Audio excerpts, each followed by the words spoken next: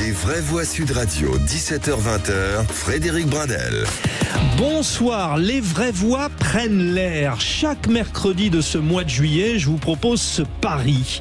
Au sommaire de votre émission, la mobilisation du monde des sports mécaniques pour la planète. Et oui, certains vont se trouver agréablement surpris. Les courses de voitures et de motos ne brillent pas par leur faible émission de CO2. Les écologistes ne se gênent pas pour le rappeler.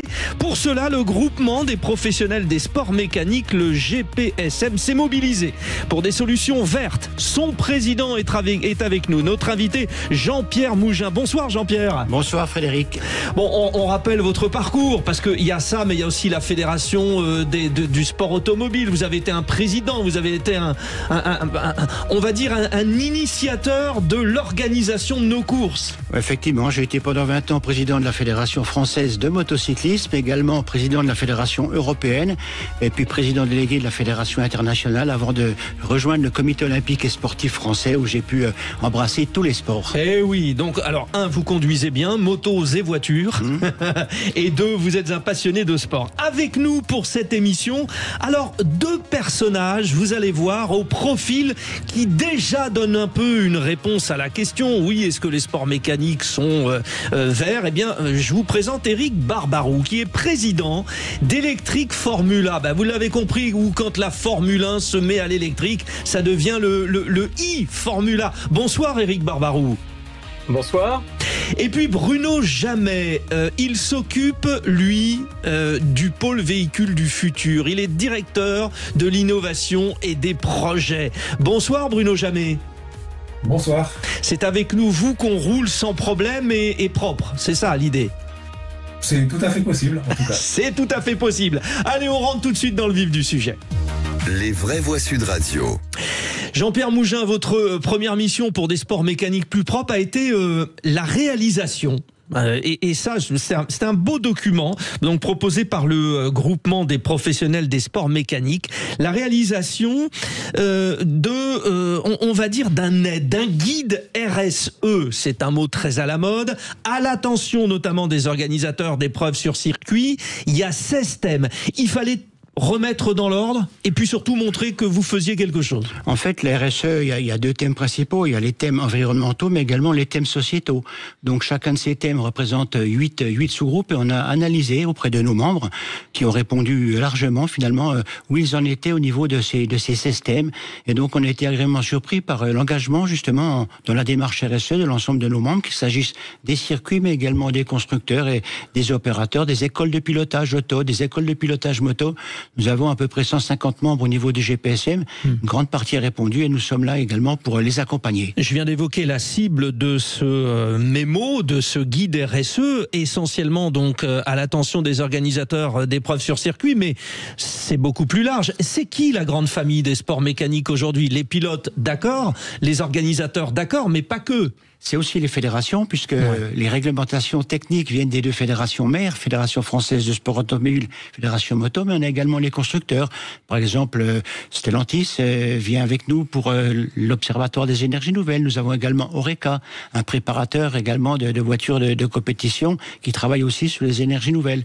Nous avions Alpine également, enfin tous les constructeurs et puis aussi bien sûr les écoles de pilotage. Et c'est important parce que pour apprendre à conduire de manière sécure, je crois qu'il faut aussi des écoles de pilotage dignes de ce nom, avec des cadres, etc. Et nous avons beaucoup d'écoles de pilotage auto et moto. Et nous avons aussi le karting. Le groupement national des professionnels du karting. Ça, c'est magnifique, le karting. Est membre. Il y a à peu près 300 ou 350 circuits de karting. Et donc, le GNPK représente une grande majorité de ces circuits et est membre du GPSM. Bon, nous allons un peu décortiquer ce qu'il y a, parce qu'on se dit, tiens, 16 thèmes pour un guide RSE, pour le sport mécanique. Quels peuvent être ces thèmes? On y revient dans un instant.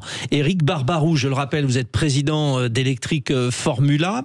Est-ce que votre démarche, vous qui avez été conseiller ministériel, d'ailleurs, donc il y a une vraie réflexion. Est-ce que la création d'Electric Formula, ça part d'abord d'une préoccupation sociétale, ou est-ce que c'est l'envie? Faut être honnête avec l'idée. Est-ce que c'est l'envie de se dire, tiens, on va voir si on peut accélérer avec l'électrique?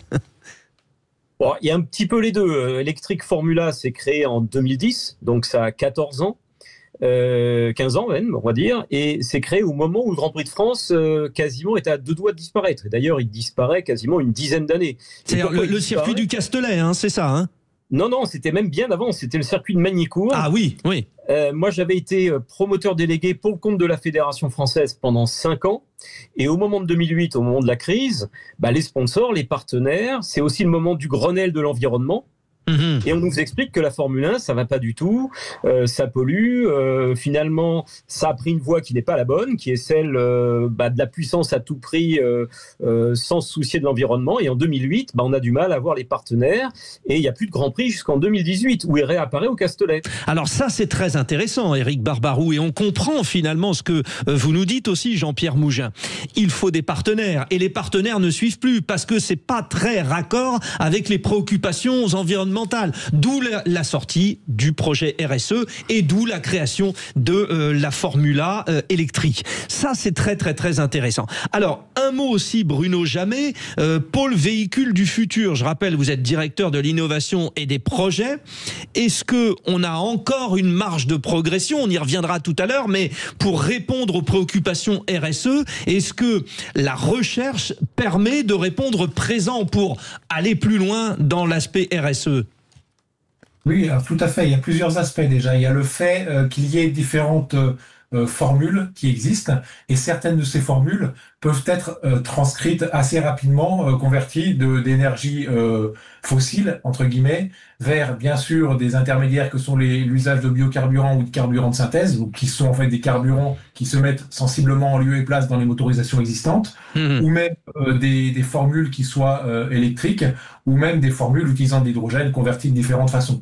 Et en fait, après, il y a des cas où il y aura des spécificités en termes d'énergie, en termes de puissance, qui font qu'on ne pourra pas conserver les mêmes formats de course. Les mêmes standards, on va dire, d'une certaine manière. Typiquement, l'endurance, les 24 heures du Mans, c'est un cas assez extrême en termes de puissance, en termes d'énergie embarquée, en termes de besoin de ravitailler rapidement. La Formule 1 aussi. Et donc ça, c'est des catégories par exemple qui... Vous dites, en vous écoutant, et on comprend tout de suite que oui, on a une marge de progression, mais attention quand même, on ne pourra pas être à certains niveaux qui sont ceux des standards d'aujourd'hui. Vous venez à travers... Ce que je voulais dire, je voulais compléter quand même. On a quand même des développements qui ont été initiés en Formule 1 pour après les années 2030, mais également en endurance, en hydrogène, on voit beaucoup de tendances sur, par exemple, le moteur à combustion hydrogène. Et j'en parlerai plus tard si vous le souhaitez, mais le moteur à combustion hydrogène, on est d'ores et déjà, sans avoir poussé tous les développements qu'on peut faire, en performance et en répartition du couple plus performant que les moteurs essence préexistants. Vous êtes donc totalement optimiste, donc ça va plus loin. Moi, j'en manquais, j'en manquais, mais voilà, j'en manquais, mais vous en avez apporté, et c'est très bien.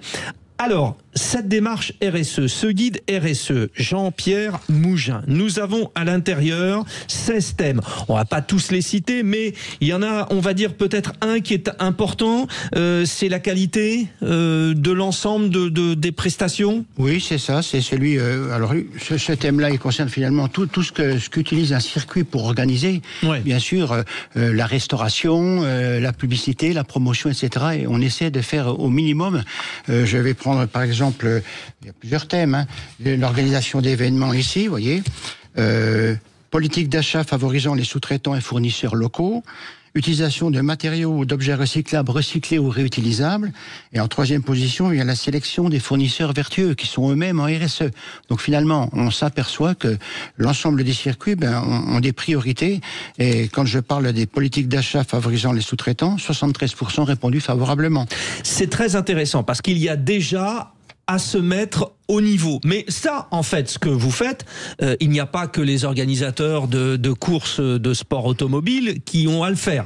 Je pense à différents clubs, je pense à tout un tas d'institutions, des entreprises qui doivent s'y coller. Après, vous, il y a une gestion des déchets, par exemple, une gestion de l'eau qui est un petit peu particulière par rapport à ces sports mécaniques. Absolument. Donc il y a également une question sur la gestion des déchets. Je ne sais pas si je vais retrouver le paragraphe, mais c'est une question très très importante. il est tellement bien fait qu'il y a plein de pages et que du coup, bon, mais de mémoire, sinon c'est pas grave, Jean-Pierre Mougin. Non, mais la gestion des déchets est tout à fait prise en compte aujourd'hui, surtout dans les grands événements. Si on prend par exemple les 24 heures du Mans Auto avec 300 000 spectateurs ou le Grand Prix de France moto avec 120 000 spectateurs, absolument, les déchets c'est considérable. Et donc il y a une politique très très volontariste de réduction des déchets. Donc ça, les organisateurs l'ont bien compris. Protection de la biodiversité, ça aussi c'est très important. Alors vous avez fait des résultats, des analyses, vous l'avez dit, parce que ça c'est le résultat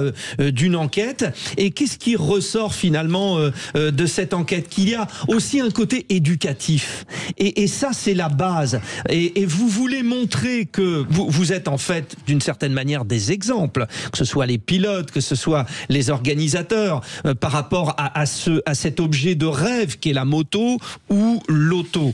Vous montrez que on la pratique, on a une éducation précise pour que les gens finalement vous suivent au quotidien. Et surtout au niveau des organisateurs, il y a un domaine sensible concernant les sports mécaniques, c'est le problème des nuisances des émissions sonores. Donc on a justement regardé quelle était la situation de nos organisateurs en termes de tranquillité publique. Aujourd'hui, il faut savoir qu'il y a des règles, des décrets qui sont parus et qui définissent finalement un seuil d'émergence des niveaux sonores par rapport aux riverains, par exemple, voisins des circuits. Ça, les émissions sonores, c'est un sujet très important et justement, on va en reparler dans un instant. Vous restez bien avec nous. Oui, les auditeurs de Sud Radio, vous êtes sans doute passionnés de courses automobiles, de courses moto. Les sports mécaniques, c'est magnifique, sauf que c'est montré du doigt parce qu'il y a des enjeux écologiques énormes. Les professionnels, ça tombe bien, ont anticipé et ils vous l'expliquent avec le groupement des professionnels des sports mécaniques. Son président Jean-Pierre Mougin qui est présent avec nous. On se retrouve dans un instant. Les vraies voix Sud Radio, 17h-20h, Frédéric Bradel. Les vraies voix prennent l'air. Chaque mercredi de ce mois de juillet, entre 19h et 20h, avec un thème qui, j'espère, vous les auditeurs de Sud Radio, vous interpelle. Les courses de sport mécanique, moto, auto, karting aussi. Vous vous dites, quel avenir avec les préoccupations aujourd'hui d'un monde plus propre, d'un monde plus vert? Eh bien, ça réagit à travers le groupement des professionnels des sports mécaniques, le GPSM, qui propose des solutions vertes. Vous allez voir, il y en a de plus en plus. Et peut-être qu'un jour, vous ne direz plus la Formule 1, la voiture de rallye ou je ne sais quoi. Elle est en train de nous polluer notre planète parce que ça bouge. La preuve, le président du groupement des professionnels des sports mécaniques est là. Jean-Pierre Mougin est avec nous. Et puis, deux invités aussi qui nous accompagnent. Éric Barbaroux, le président d'Electric Formula, et Bruno Jamet, pôle véhicule du futur, le directeur de l'innovation et projet. Jean-Pierre Mougin, il y a des chiffres quand même qu'il faut rappeler pour, on va dire, qualifier le travail de SAP que vous avez fait avec votre groupement pour essayer de trouver des solutions pour être plus vert. 2-3 repères que vous nous donnez. Alors justement, il faut savoir que la filière globale des sports mécaniques, ça ne représente que 0,3% des émissions du secteur des transports en France. Donc c'est quelque chose qui est vraiment très très très limité. Il faut savoir qu'on représente également les sports mécaniques en France un budget de 3 milliards d'euros. C'est quand même relativement important et c'est donc également 250 000 emplois. Donc voilà, il faut dire que les sports mécaniques également, c'est une vraie force économique pour notre pays.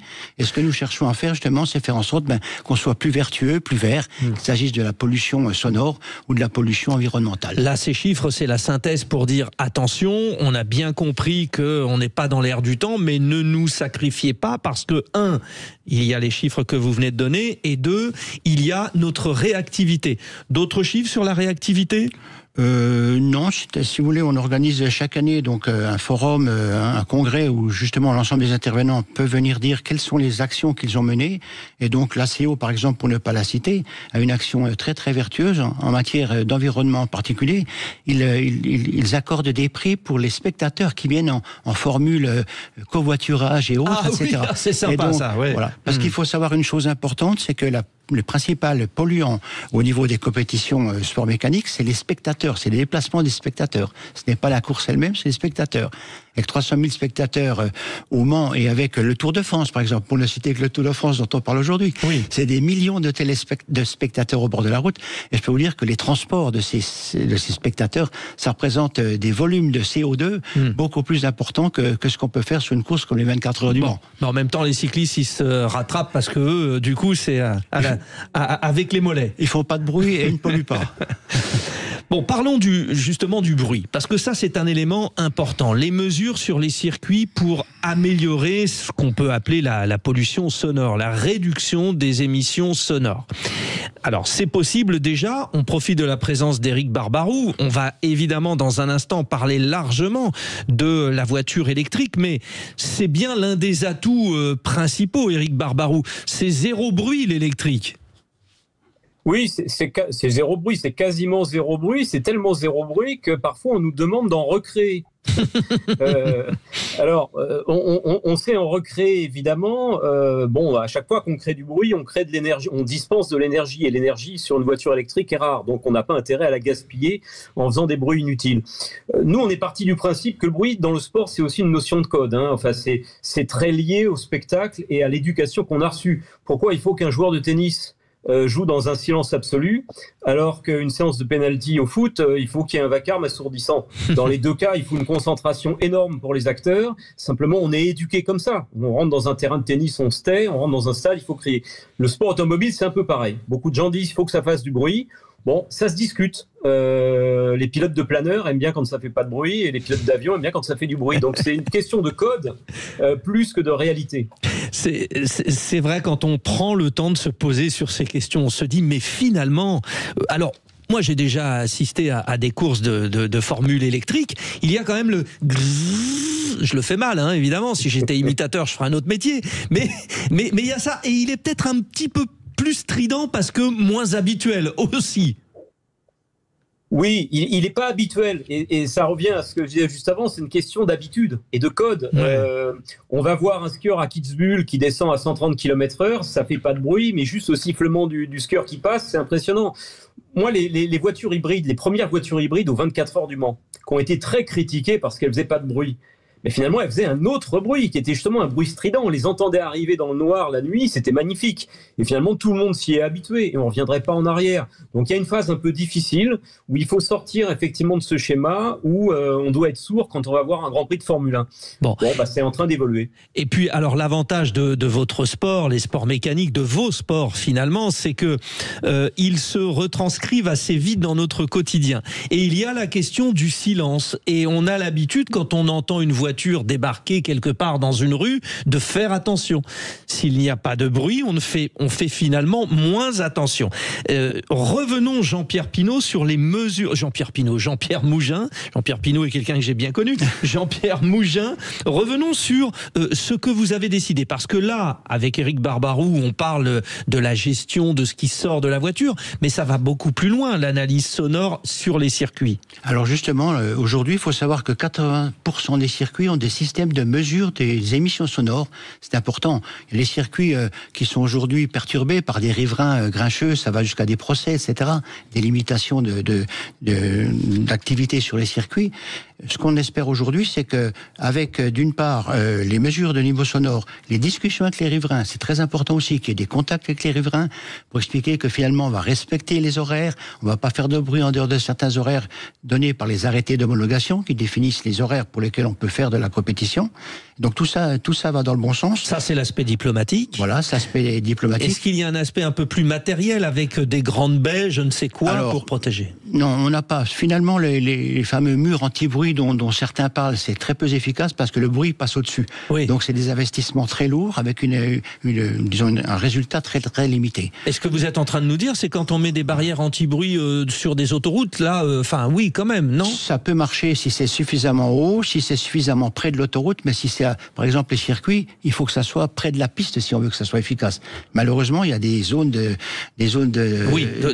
délestage s'il y a un accident, effectivement. Qui font que le mur de sécurité, le mur anti-bruit, par exemple, va être relativement loin et peu efficace dans ce cas-là. Vos mesures anti-bruit, donc on vient d'en parler de deux, c'est l'avenir des moteurs et l'adaptabilité, et l'électrique en est le plus bel exemple, mais aussi le respect, c'est-à-dire que vous demandez des actes de civilité finalement à la grande famille des sports mécaniques. Alors, on demande des actes de civilité, mais on travaille aussi avec les fédérations nationales et internationales à la réduction également des émissions sonores des machines. Actuellement, la Fédération française de moto a un plan de réduction très important des niveaux sonores des machines, et donc ça c'est quelque chose de concret qui permet justement de réduire le bruit. Et on a aussi, je prends l'exemple de la Fédération moto, qui a mis en place avec le motoball, qui est une discipline très particulière. Ah, le motoball, oui. On tape dans un ballon, on est sur une moto. Donc c'est pareil, les circuits de motoball, ils sont souvent sur les centres-villes. Et donc là, on a doté un certain nombre d'organisateurs de motos électriques. Pour justement... Et puis là, pour le coup, ça change vraiment rien, parce que ça change vraiment rien, mais bon, ça coupe un tout petit peu l'ambiance, mais le spectacle est toujours aussi beau. C'est passionnant, messieurs, de vous avoir avec nous, parce que finalement, on voit aussi vos problématiques au quotidien.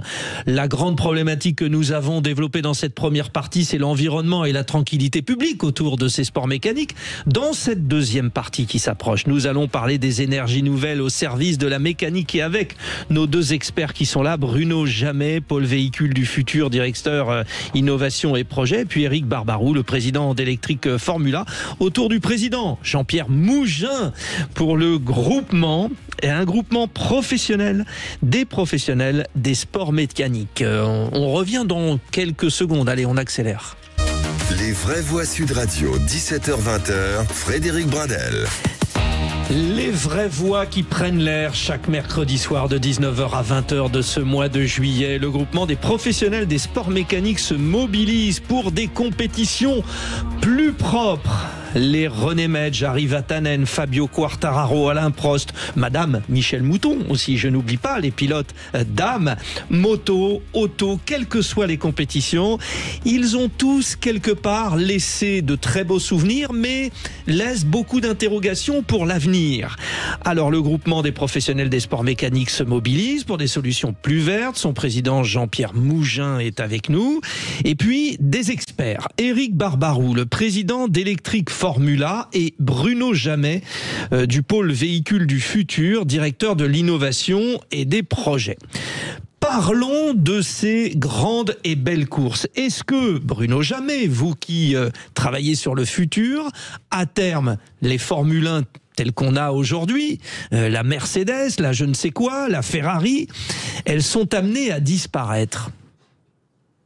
Alors, mon avis, c'est que pas du tout. Il n'y a aucune raison qu'une catégorie reine comme la Formule 1 disparaisse.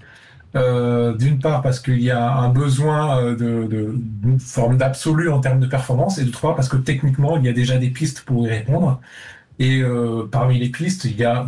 pourquoi pas tout simplement les carburants, les biocarburants ou les carburants de synthèse qui permettent sur un cycle de vie de fortement améliorer, si on parle uniquement du CO2, une forte amélioration. Mais également aussi on a des projets qui sont en discussion sur des Formule 1 avec moteur à combustion hydrogène. Et donc comme je l'ai dit en début d'interview, on a d'ores et déjà des moteurs combustion hydrogène qui sont plus performants, aussi performants, voire plus, selon les modèles, que leurs homologues combustion essence. Voilà. Alors, dans votre pôle véhicule du futur, on est d'accord, le véhicule, vous vous intéressez aussi aux motos. Est-ce qu'on fait le même constat ? Oui, alors si ce n'est qu'une moto, c'est un volume très petit, et du coup, les contraintes ne sont pas forcément les mêmes. Plus difficile ou moins difficile qu'avec les voitures ? C'est différent. Disons que il y a la question de la hauteur du centre de gravité qui joue un rôle important dans la maniabilité et du volume disponible. J'aurais tendance à dire que c'est un petit peu plus difficile dans une moto de loger par exemple des batteries. Voilà. Et donc on a eu la Moto E, un championnat effectivement qui existait d'abord avec Energica, puis ensuite il me semble avec Ducati. Et on a eu aussi parmi nos adhérents une entreprise qui avait développé une moto avec de l'hydrogène et une pile à combustible, tout simplement pour pouvoir embarquer plus d'énergie et avoir un compromis de performance en termes chrono, tout simplement autour qui soit plus important. C'est marrant parce que finalement on se dit la voiture c'est plus complexe. Eh bien non, à travers votre travail ô combien spécialiste et spécifique, on s'aperçoit que finalement c'est le contraire de ce qu'on pensait. Jean-Pierre Mougin, on parle des courses en circuit, mais on a des rallyes, le fameux Dakar, enfin qui est le plus connu, mais l'enduro du Touquet, je ne sais quoi. Est-ce que là aussi par rapport... Alors, on est sur des circuits, on va dire que c'est dans un périmètre défini. Là, peut-être que la tâche est d'autant plus délicate quand on va sur les routes du quotidien ou sur des terrains plutôt naturels. C'est vrai que ces courses, en particulier les rallyes, au niveau automobile, c'est très, très, très nombreux, très réputé. Il y a une problématique qui se pose. Et là, je pense que ce que vient de dire Bruno Jamet, avec les e-carburants, les carburants synthétiques, ça permet de réduire jusqu'à 80% les émissions de CO2. Donc, je pense que c'est une solution transitoire avant de passer au tout électrique ou à l'hydrogène qui présente de nouvelles contraintes. Donc je crois qu'il y a des solutions. Je prends l'enduro du Touquet que je connais bien puisqu'il a failli être annulé dans les années 2005 et c'est la Fédération française de moto qui l'a sauvé après que ASO ait arrêté cette compétition. Amaury Sport Organisation voilà. qui organise le Tour de France. Voilà. Ouais. Et donc on avait dû revoir complètement le format de ces enduro du Touquet parce qu'on allait dans le sable, on allait dans les zoyas, etc. Dunes. Ouais. Et donc, il y avait France Nature Environnement qui nous avait finalement obligés à changer de format. Et là, donc, l'objectif finalement, c'est de faire en sorte qu'on puisse utiliser des nouveaux carburants de synthèse pour réduire la pollution. Ce qui veut dire que vous avez répondu à leurs attentes, vous avez changé de format ? Partiellement, le format n'a pas changé. C'est toujours un départ en ligne. Oui. On fait toujours des courses, on fait des circuits, un tour, un tour, mais ça n'a pas changé sur le fond. L'organisation reste à peu près la même, sauf qu'on est très respectueux de l'environnement, des déchets, etc. Parce que quand il y a 300 000 spectateurs, là aussi, il faut faire très très attention. Et donc on est finalement très très attentif à tous ces problèmes d'environnement. À vous écouter tous les trois, il n'y a pas d'inquiétude. Autant si j'avais fait cette même émission, par exemple, avec des skieurs. Alors, il n'est pas question de dire qu'ils ne sont pas verts, les skieurs, mais en tout cas de dire que l'avenir de leur discipline est compromise parce qu'il y a de moins en moins de neige. En revanche, vous, il n'y a pas de problématique à vous entendre sur la poursuite des sports mécaniques. Non, je dirais même que la mise au point de ces nouveaux formats électriques, hydrogène et autres, c'est des véritables laboratoires qui permettent justement de mettre au point, de travailler sur la mise au point des véhicules de demain. Je pense qu'il faut considérer que la compétition est un laboratoire indispensable qui a permis de faire des grandes avancées en termes de sécurité en particulier, mais également en termes d'environnement. Et je crois que toutes ces expériences de véhicules biocarburants, électriques, hydrogène et autres vont permettre justement de faire des progrès considérables sur les voitures de série pour demain, pour Monsieur Tout-le-Monde. L'électrique, ça tombe bien. Éric Barbaroux, le président d'Electric Formula.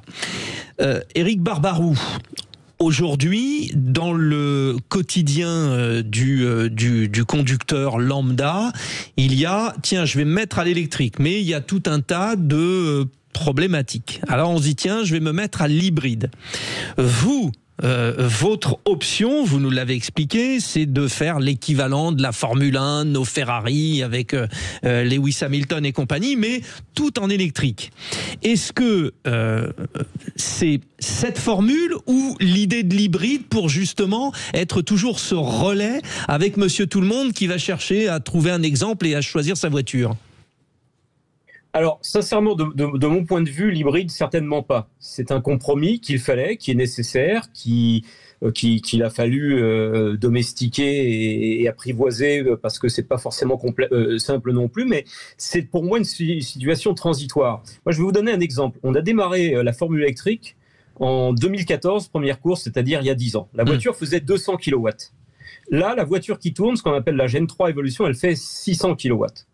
C'est-à-dire qu'on a multiplié par 3 en 10 ans la puissance. Je crois qu'aujourd'hui, on a atteint en sport mécanique, en termes de puissance, donc de vitesse, des performances qui sont parfois, je dis bien parfois, meilleures qu'en F1. On a aujourd'hui un 0 à 100 en 2 secondes, que même la F1 ne fait pas. Ah oui. En revanche, Là où on pêche, c'est l'autonomie, c'est-à-dire la densité d'énergie.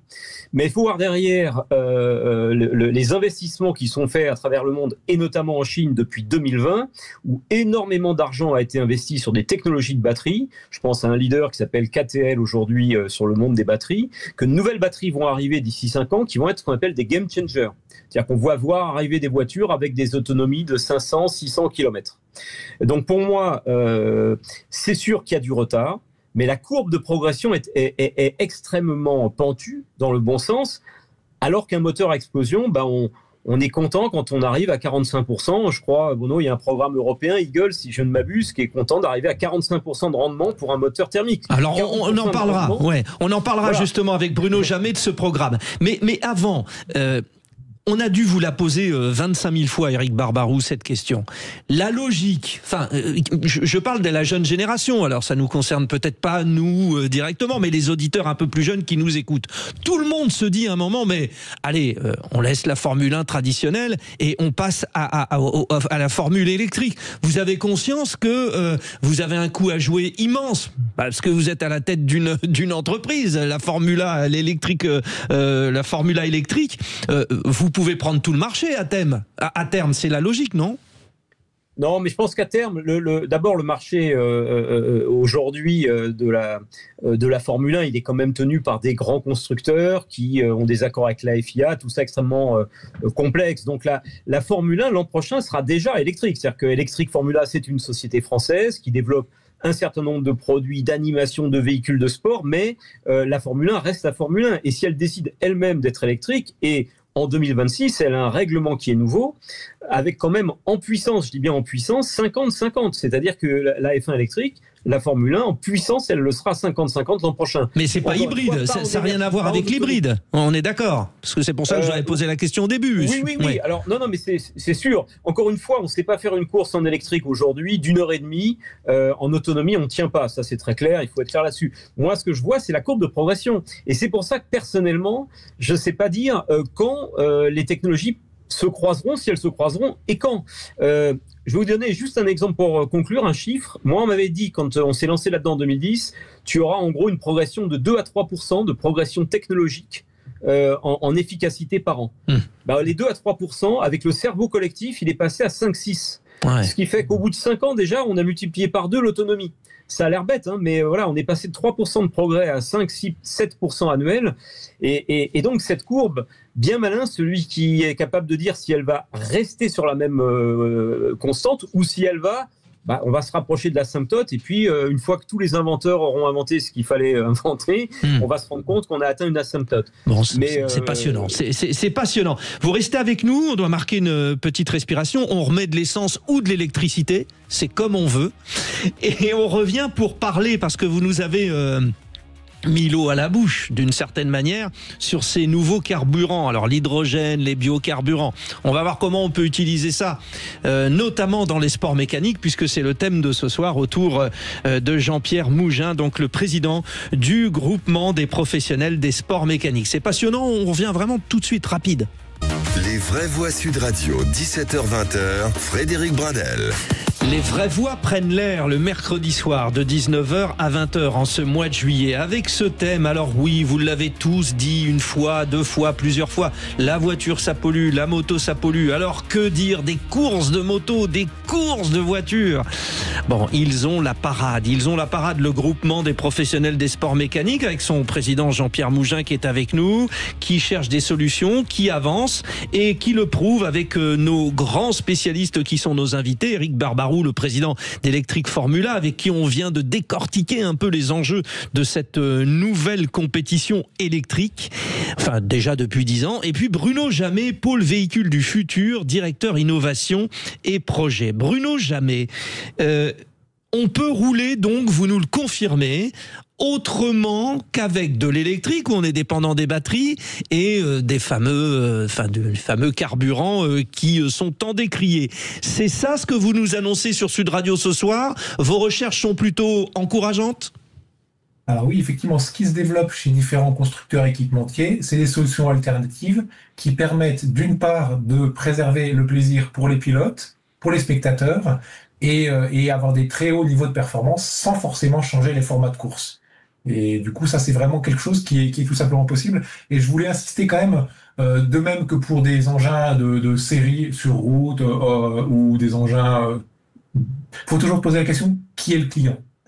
Et le client aussi dans les sports mécaniques, ça peut être le spectateur qui va se mobiliser, qui va permettre à un modèle économique de fonctionner et toute la filière de fonctionner, ou ça peut être tout simplement les teams et les pilotes qui vont être les clients. On appelle ça des leaders d'opinion finalement. Est-ce que ce qui se passe sur les circuits, ça se reproduira en ville évidemment sur la consommation? Alors, qu'est-ce qui marche? L'hydrogène par exemple? Alors oui, l'hydrogène, du coup, c'est une solution qui est expérimentée depuis plusieurs années en endurance, en 24 heures, aux 24 heures du Mans, avec l'ACO, l'Automobile Club de l'Ouest, et du coup, qui préserve deux axes de développement sur l'hydrogène, tant la pile à combustible qui va convertir l'hydrogène et l'oxygène en eau et elle va produire de l'électricité, donc qui va alimenter un moteur électrique, mais également tout simplement le moteur à combustion hydrogène. Alors, qu'est-ce qu'on met concrètement dans la voiture? De l'eau? Alors, donc, dans un véhicule à hydrogène, dans tous les cas, on met de l'hydrogène. Mais l'hydrogène, en réagissant avec l'oxygène de l'air, va créer de l'eau. Au point d'échappement, vous aurez de l'eau, effectivement. Ouais. C'est la différence entre vous et moi, c'est que vous êtes un scientifique. Donc, moi, je pose les questions du béotien. Donc, l'hydrogène, valeur sûre, mais pourquoi pas encore, finalement, tant utilisé que ça? Alors en fait, de même que pour les batteries où il y a énormément de progrès, comme c'était mentionné précédemment, l'hydrogène, il y a beaucoup de progrès, mais il y a la question aussi du stockage. Et la question du stockage de l'hydrogène, c'est un challenge parce que c'est la molécule la plus légère. Et donc du coup, soit pour qu'elle tienne dans un réservoir de taille raisonnable, il faut le comprimer à 700 bars par exemple, soit le refroidir très fortement pour qu'il passe en phase non plus gazeuse mais liquide. Et sous forme liquide, cryogénique, à moins 253 degrés, ce qui se fait très bien, mais c'est que certaines contraintes, du coup, va tenir beaucoup moins de place. Et ouais, coup, donc il faut des structures, mais un jour, on peut imaginer que l'équivalent de nos pompes à essence soit des grands endroits où il y a ce travail de combustion. Enfin, je le dis mal, mais pour schématiser. Et en fait, c'est un enjeu hyper important, tant souvent que pour la compétition, parce qu'en fait, en France et dans de nombreux pays, on importe du gaz, on importe du pétrole, et ça, c'est un risque. On est absolument dépendant de cette ressource, alors que l'hydrogène peut être produit à partir de biomasse, à partir d'électricité, à partir de plein de sources. Et donc, du coup, c'est un vrai enjeu. Et l'avantage de l'hydrogène est qu'il est compatible, par exemple, de l'endurance. Et donc, en pratique, en 2028, à partir de 2028, en tout cas, il y aura une catégorie hydrogène qui pourra rouler en piste avec les autres voitures au 24 heures du Mans. Ouais, très intéressant. Bon, un mot sur les biocarburants. Alors, un mot ou plusieurs, évidemment, parce qu'il y en a plusieurs, des biocarburants. Oui, alors les biocarburants, il y a plusieurs types de biocarburants. Et ce qu'il faut voir, c'est que de même que le secteur du transport par camion compte beaucoup sur les biocarburants pour se verdir de façon assez facile, et ça fonctionne, en fait, les biocarburants sont disponibles en quantité finie.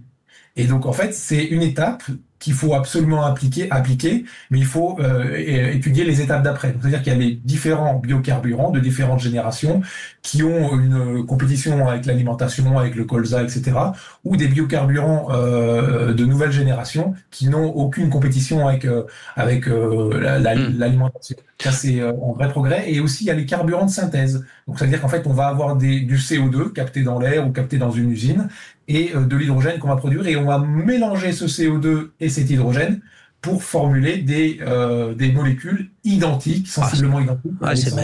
C'est magnifique ça. Bon, le colza, ça reste une valeur sûre quand même, parce que ça fait des années qu'on en parle.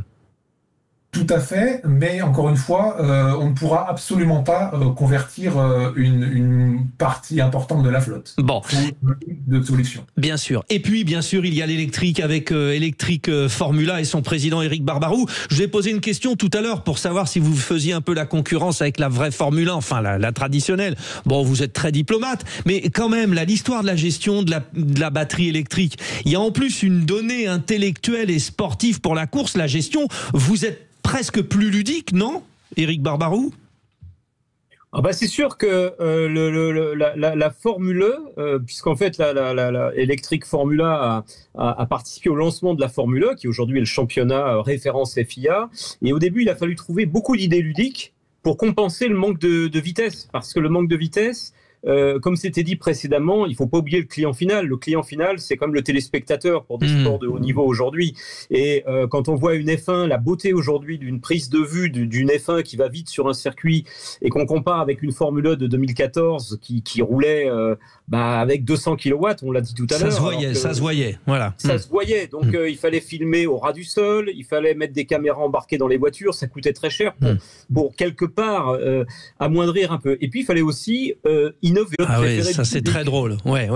On a fait des choses, voilà, aujourd'hui il y a la zone dans laquelle on doit aller pour avoir un boost. Le fan boost, ça a été au début, puis maintenant on a une zone de boost où on doit aller chercher un peu plus de puissance pendant un certain temps, et c'est de la stratégie. Donc oui, il a fallu un petit peu meubler une vitesse qui était moindre à travers de la stratégie, à travers l'intervention du public et des choses comme ça. Et ce qui veut dire que vous avez de l'avenir. Merci messieurs pour ces éclairages. Jean-Pierre Mougin, qu'est-ce que c'est allé vite? Il faudra faire une autre émission. Alors ça va forcément vite puisqu'on était dans les sports mécaniques. Bon, juste une petite conclusion Jean-Pierre, mais avec ce qu'on vient d'entendre, vous êtes heureux, vous l'ancien président de la Fédération de motocyclisme. Je crois qu'on peut être confiant dans l'avenir. Je crois que vous avez vu toutes les solutions qui sont à notre disposition. À nous de les apprivoiser, de les mettre en application et de faire en sorte que finalement on soit plus vertueux demain. C'est notre objectif. Et avec les sports mécaniques, les actions menées par les fédérations vont dans ce sens-là. Et je pense que les sports mécaniques ont encore de beaux jours devant eux. Et c'est avec grand plaisir qu'on vous a reçu sur Sud Radio. On en reparlera parce que c'est passionnant.